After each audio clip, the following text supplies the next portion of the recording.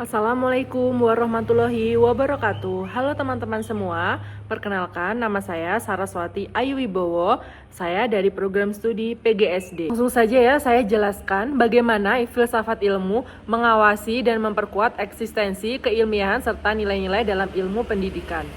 Filsafat ilmu itu bertugas memeriksa apakah ilmu pendidikan punya objek kajian yang jelas, metode yang valid, dan tujuan yang etis. Yang pertama, saya akan menjelaskan tentang ontologi, yaitu memastikan bagaimana pendidikan itu membahas apa realitas belajar dan mengajar yang sebenarnya. Untuk yang kedua, yaitu ada epistemologi, memeriksa bagaimana apakah kita bisa tahu metode mengajar itu benar dan valid.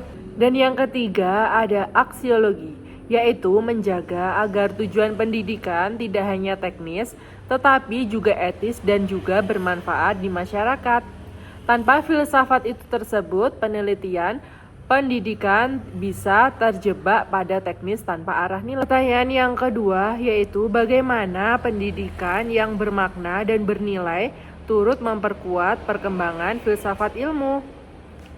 Pendidikan itu memberi ruang untuk menguji dan mengembangkan konsep-konsep filsafat ilmu. Jadi, ketika guru dan peneliti pendidikan menerapkan prinsip ilmiah di kelas, maka memberi data dan masalah baru yang memaksa filsafat ilmu berkembang dan mereformasi fondasinya. Jadi, hubungannya itu timbal balik ya.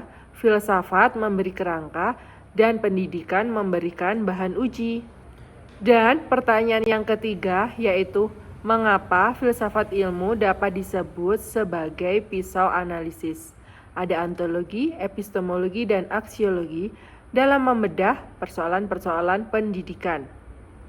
Filsafat ilmu membedah masalah pendidikan memakai 3 pisau, yaitu ontologi, epistemologi, dan aksiologi.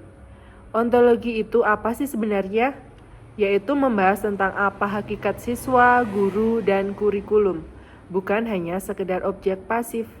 Epistemologi yaitu membahas tentang bagaimana pengetahuan pedagodik diperoleh, apakah lewat eksperimen, pengalaman, atau refleksi. Yang ketiga ada aksiologi. Untuk apa sih pendidikan ini? Jadi, apakah hanya nilai akademik atau juga karakter dan kemasyarakatan sosial? Dengan ini, masalah seperti rendahnya mutu pembelajaran bisa dianalisis akarnya, bukan hanya dari gejalanya aja ya. Yang keempat, saya akan membahas tentang contoh konkret penerapan filsafat ilmu dalam praktek pendidikan. Misalnya dalam kebijakan, kurikulum, atau proses pembelajaran. Yang pertama yaitu tentang kebijakan itu sendiri.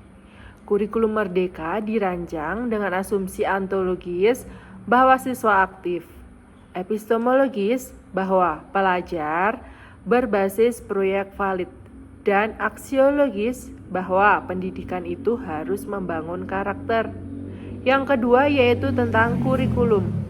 Penggunaan pendekatan konstruktivis di sains muncul karena guru memahami bahwa pengetahuan itu dibangun ya, bukan ditransfer.